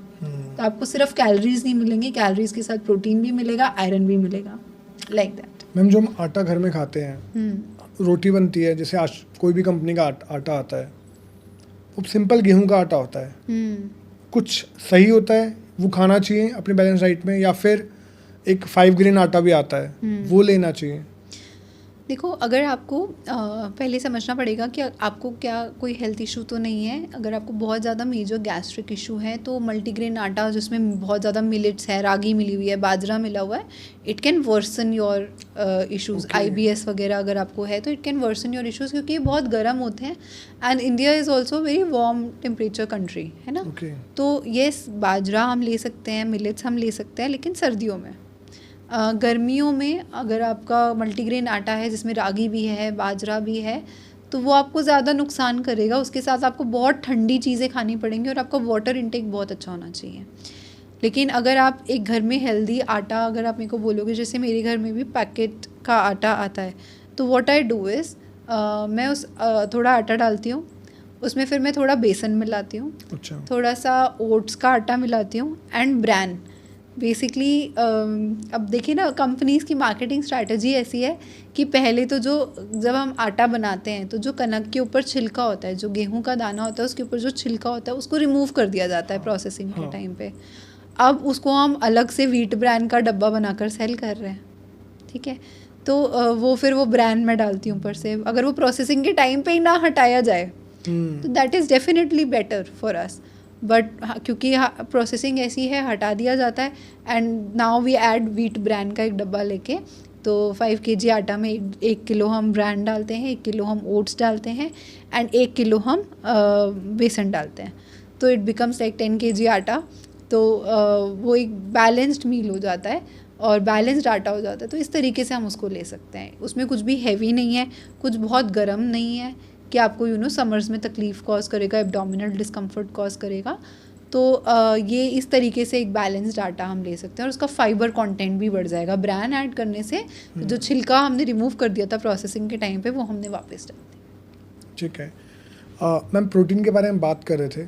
I also want to ask कि जैसे प्रोटीन सप्लीमेंट्स आते हैं, आपने सप्लीमेंट्स भी बताया था। अब मैं जिम नहीं करता, बट मुझे पता है कि मेरे से 175 सेंटीमीटर हाइट है, तो 100 करके 75 ग्राम्स आया जो मुझे डेली का इंटेक चाहिए। But somehow I am not able to get 75 grams from my diet.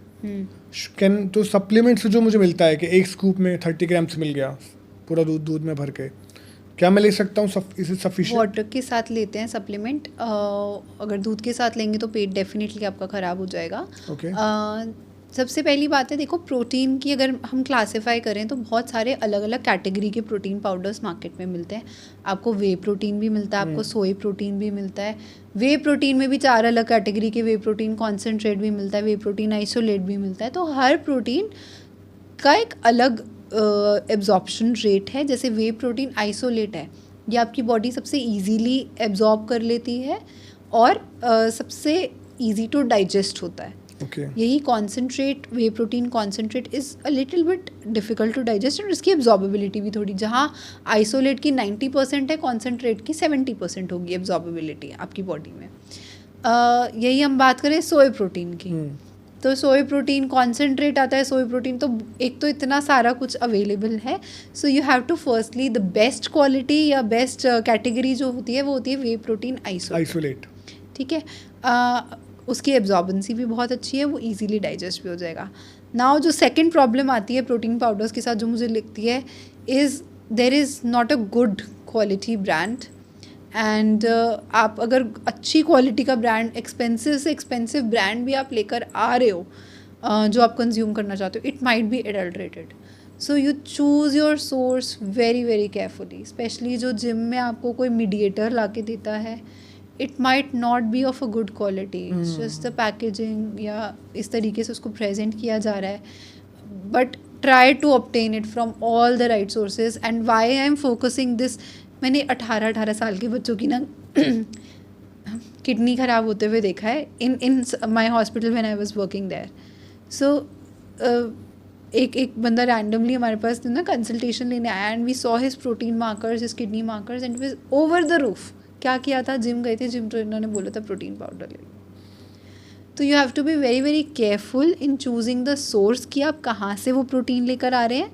और दूसरा, you have to be very very careful कि आप कौन सी क्वालिटी का प्रोटीन ले रहे हैं। So whey protein isolate is good quality.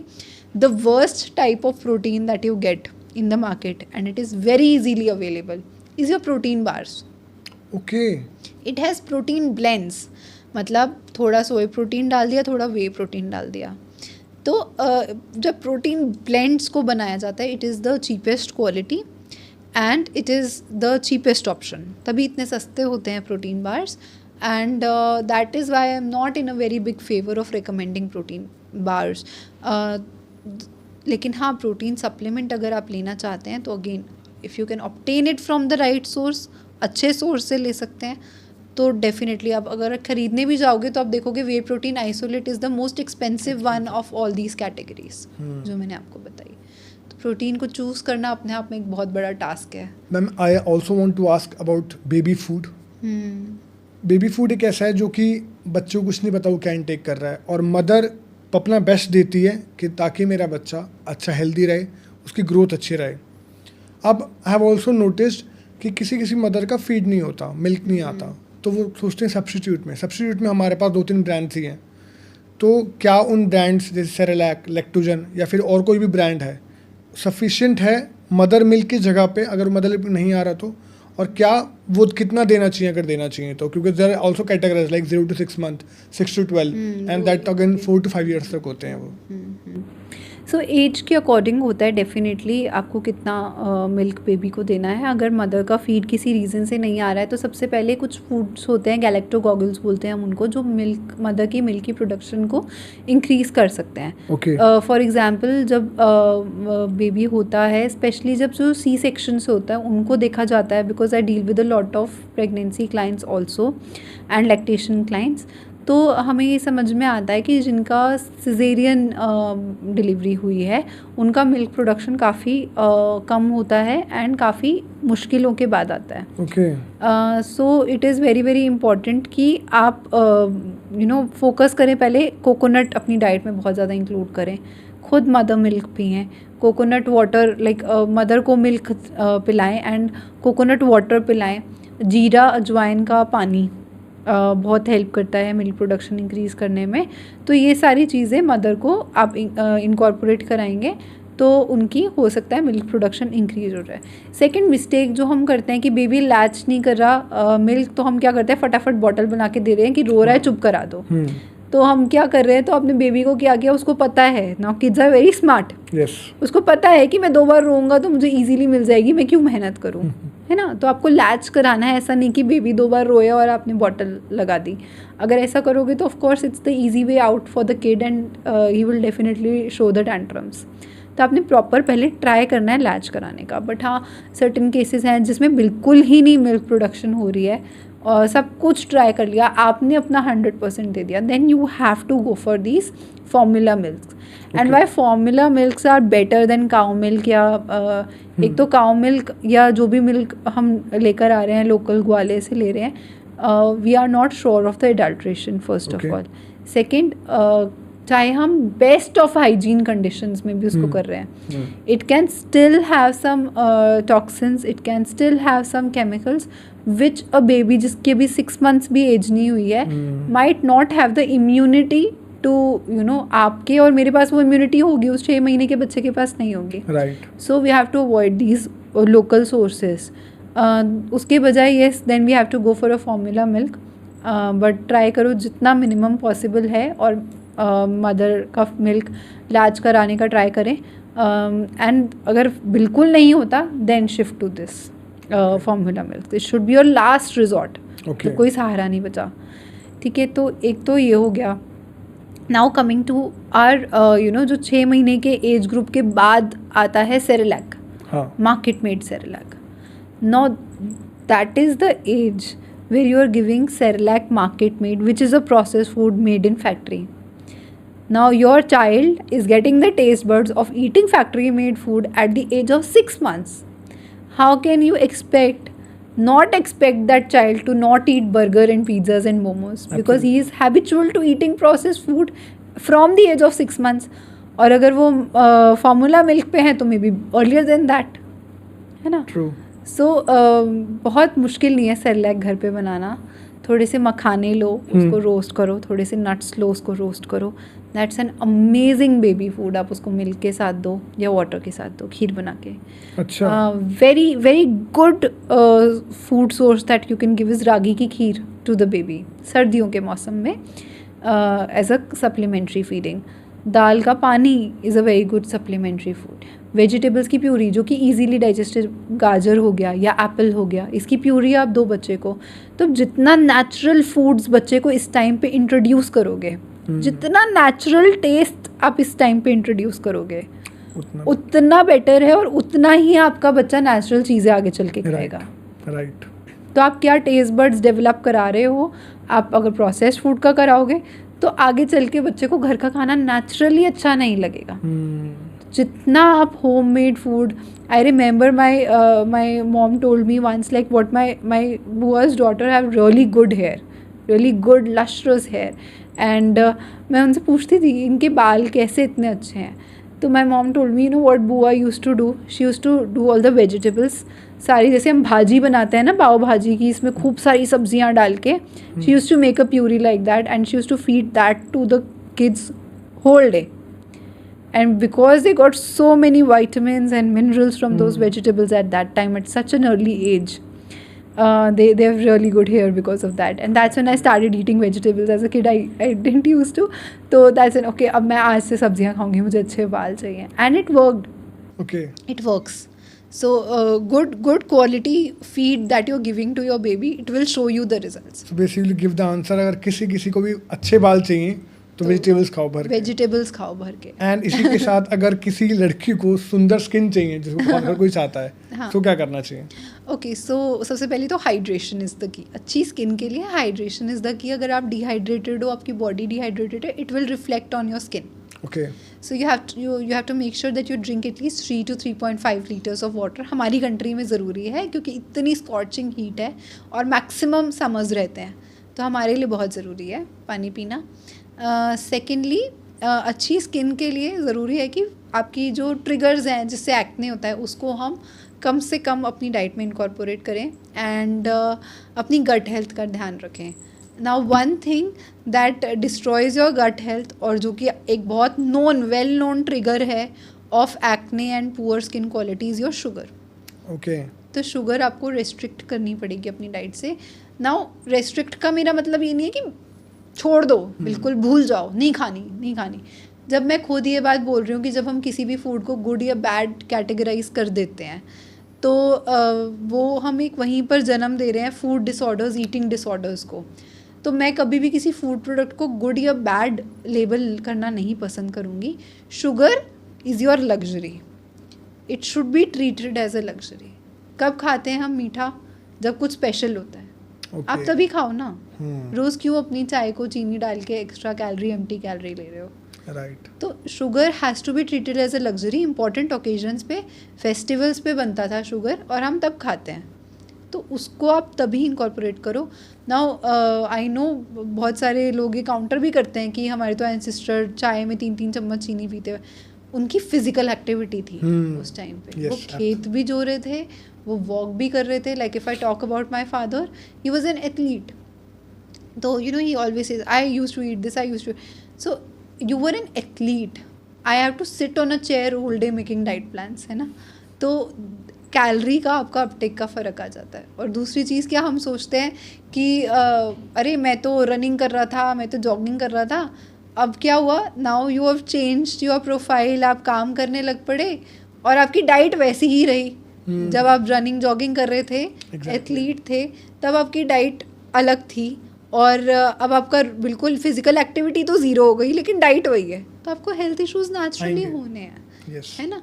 तो शुगर एक ऐसा कॉमन ट्रिगरर है जो आपकी स्किन हेल्थ को भी डिटोरिएट करता है और आपकी गट हेल्थ भी ख़राब करता है. तो उस गट हेल्थ का बहुत बहुत ध्यान रखना ज़रूरी है. So eat diet that is rich in prebiotics and probiotics. Yogurt या दही जो होममेड है, buttermilk, they are all very hydrating also. And ये आपके गुड गट बैक्टीरिया को भी ग्रोथ को बढ़ाते हैं. And this can definitely contribute to a good skin health. इसके अलावा अगेन फ्रूट्स एंड वेजिटेबल्स, या अगर आप कंज्यूम कर सकते हैं तो vegetable juice is extremely beneficial for your skin health. क्योंकि वेजिटेबल का जूस जब हम पीते हैं तो उसका जो फाइबर होता है उसको हम छाने ना, अगर फेंके ना, तो वो फाइबर क्या है, वो हमारे गुड बैक्टीरिया का खाना है. जितना आप गुड बैक्टीरिया को खाना पहुंचाओगे उतना आपका गुड बैक्टीरिया ग्रो करेगा. और गुड बैक्टीरिया आपकी स्किन हेल्थ कंट्रोल करता है, आपका हेयर हेल्थ कंट्रोल करता है, आपकी हार्ट की हेल्थ कंट्रोल करता है, आपकी ब्रेन हेल्थ कंट्रोल करता है, आपका डाइजेस्टिव सिस्टम पूरा कंट्रोल करता है. That is how important your gut is. तो गट का ध्यान रखें अगर अच्छी स्किन चाहिए तो. Good amount of fruits and vegetables. So I was coming to that question only कि जूस ज़्यादा अच्छा है या डायरेक्ट फ्रूट या वेजिटेबल्स हम खाते हैं तो. बिकॉज आई हैव नोटिस, जैसे मान लीजिए even me, I can eat 1 orange in a day. एक टाइम पे 1 ऑरेंज और 2 ऑरेंज खा सकता हूँ मैं. बट वहीं पे जब जूस लेता हूँ मैं उसका, तो 4 से 5 ऑरेंज का जूस पी जाता हूँ मैं. सो विच इज़ मोर बेनिफिशियल. और अगेन सेकंड क्वेश्चन इज़ कि क्या फ्रूट सारे खाने चाहिए और कितना खाना चाहिए? ओके.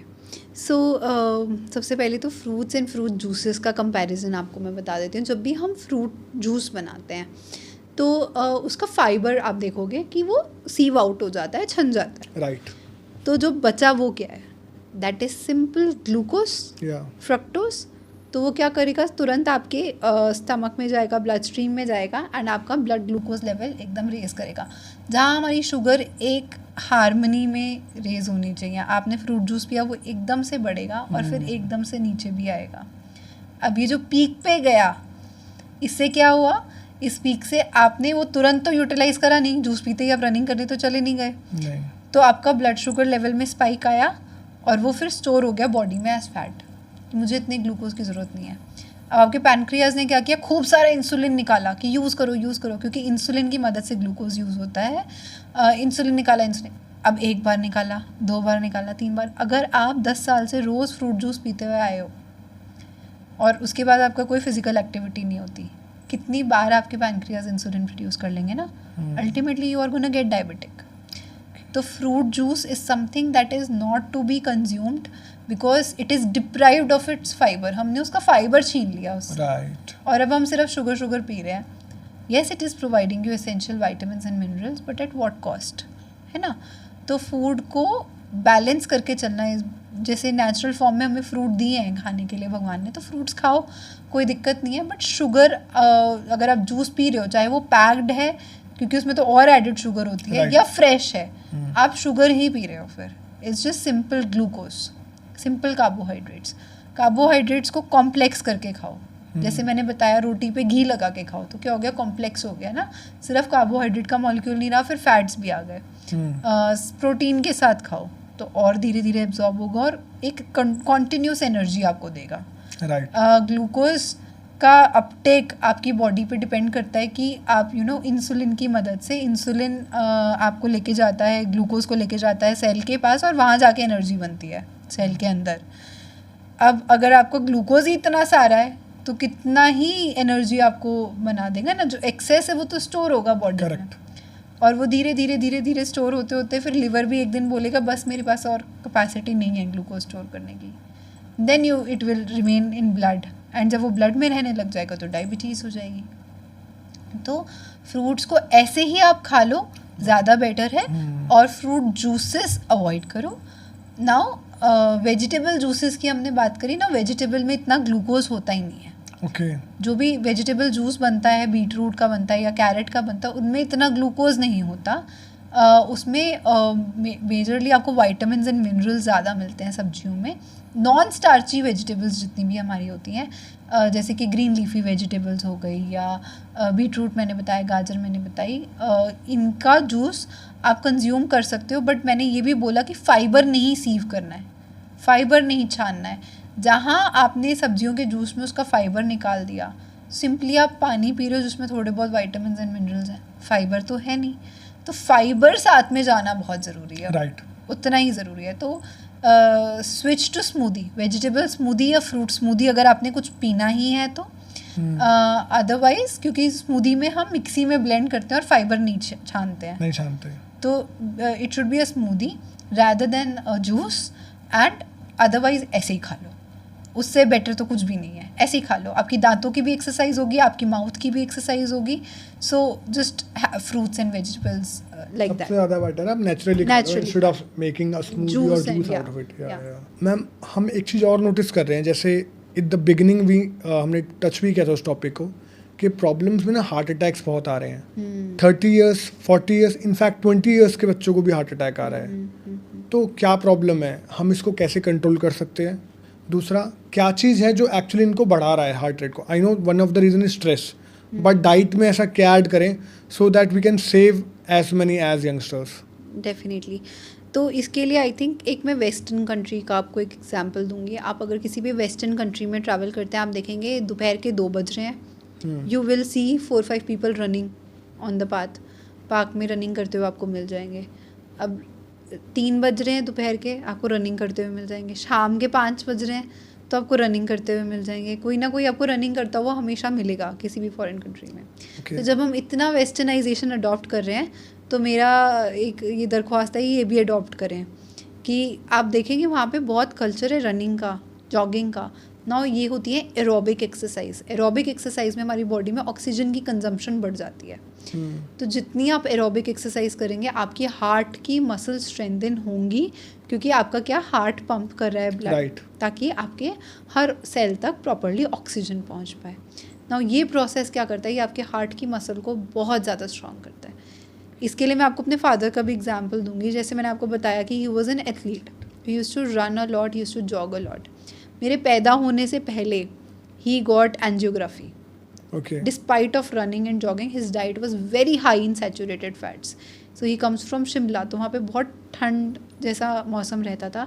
तो they used to eat a lot of red meat, lot of like mutton का अचार and all that। बहुत रिच डाइट थी उनकी। तो क्या हुआ कि वो फिर यहाँ आए, शिफ्ट हो गए एनसीआर में, and then he became a businessman. अब वैसा लाइफस्टाइल तो नहीं रहा, लेकिन डाइट वैसी ही रही। वो टफ है। मेरे पैदा होने से पहले ही गॉट एंजियोग्राफी डन। तो he has blockage in 2 of his arteries, 1 artery is 100% block, but the doctor has still not operated. आज तक उनकी स्टंटिंग नहीं हुई है, टच वुड। वाई? क्योंकि डॉक्टर का ये कहना है कि भले ही आपकी आर्टरी ब्लॉक है, बट जो आपकी हार्ट की फंक्शनिंग है वो बहुत स्ट्रॉन्ग है, इसलिए हम आपकी स्टंटिंग नहीं करेंगे। एंड प्लस क्योंकि डॉक्टर हमारी जान पहचान के थे, अगर हम किसी रैंडम डेफिनेटली जाते तो हो चुका होता अब तक, बट हम किसी की अप्रोच से ऐसे गए थे कि he is a family doctor. So because you are and that is what he stated, because you are a family doctor, family patient, and because your heart functioning is very very strong despite आपकी artery block है। एक artery 100% block है, लेकिन आपकी heart की जो strength है वो बहुत अच्छी, इसलिए हम स्टंटिंग नहीं करेंगे। सो आपकी हार्ट की स्ट्रेंथ इम्प्रूव करना इतना ज़्यादा ज़रूरी है आपके लिए। और ये मैं बात कर रही हूँ 30 साल पहले की। आई एम 30, सो ये 30 साल पुरानी बात है। और आजकल तो हार्ट अटैक्स इसलिए आ रहे हैं क्योंकि हार्ट ही पावरफुल नहीं है। हार्ट पावरफुल नहीं है, हमारे हार्ट की स्ट्रेंथ अच्छी नहीं है, क्योंकि हम भागना चाहते नहीं हैं, हम रनिंग करना चाहते नहीं हैं, हम एक्सरसाइज करना चाहते नहीं हैं। अब क्या करेंगे? एक्सरसाइज करेंगे तो जिम में जाके 2-2 घंटे रैंडमली एक दिन दौड़ना शुरू कर देंगे।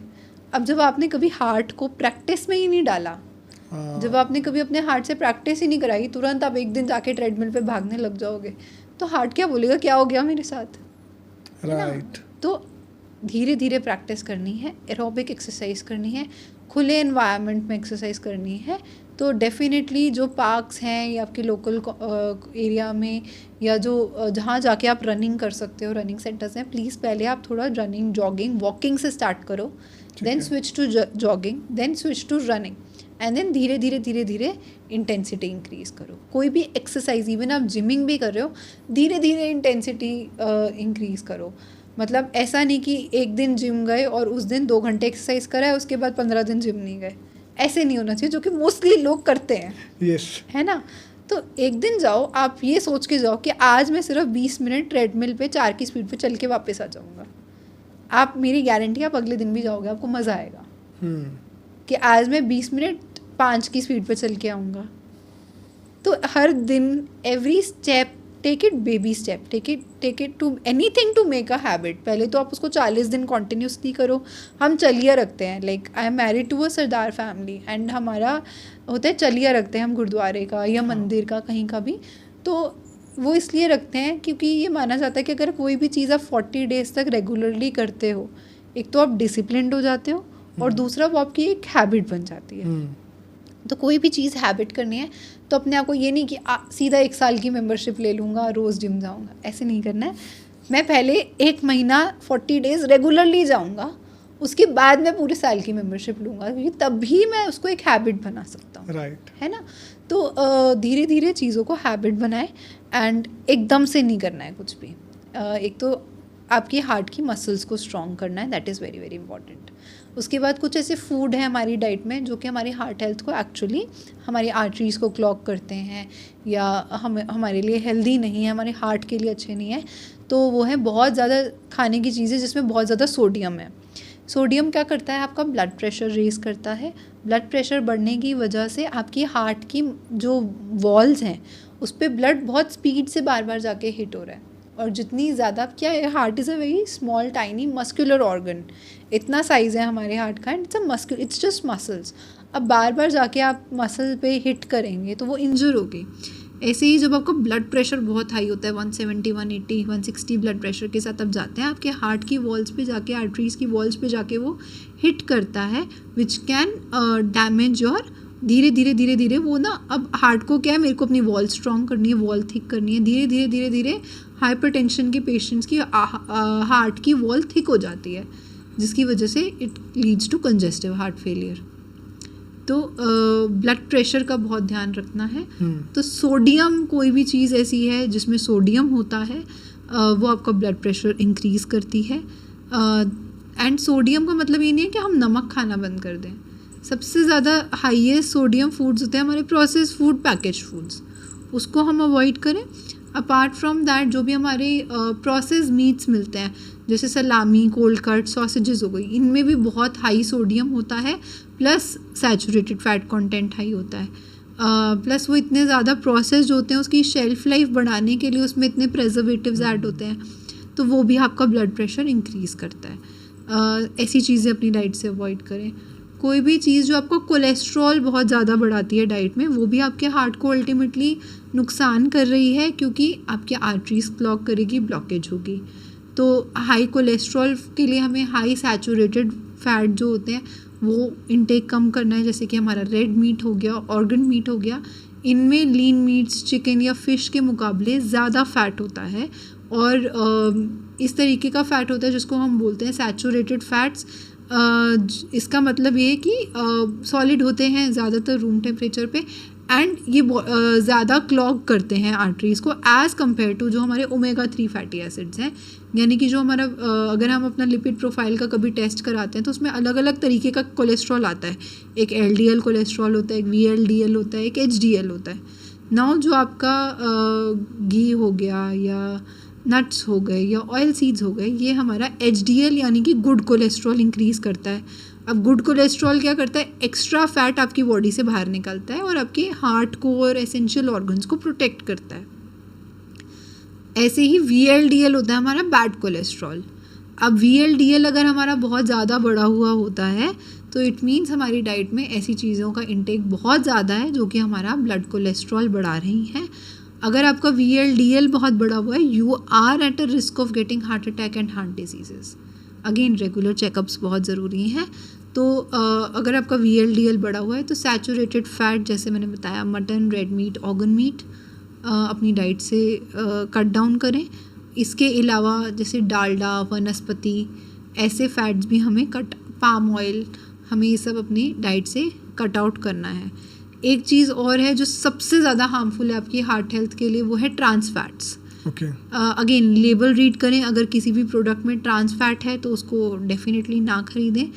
मोर ओवर ट्रांस फैट हम घर पे भी बना देते हैं। कैसे, आपने पूड़ियाँ तली घर पे, जैसे सपोज़ कन्या पूजन था या कंजक थी या कोई फेस्टिवल था, हमने पूड़ियाँ बनाई, हमने वो तेल स्टोर कर दिया बचा हुआ, अब उसको हम दोबारा रीहीट करके खाएंगे, दैट इज़ ट्रांस फैट्स।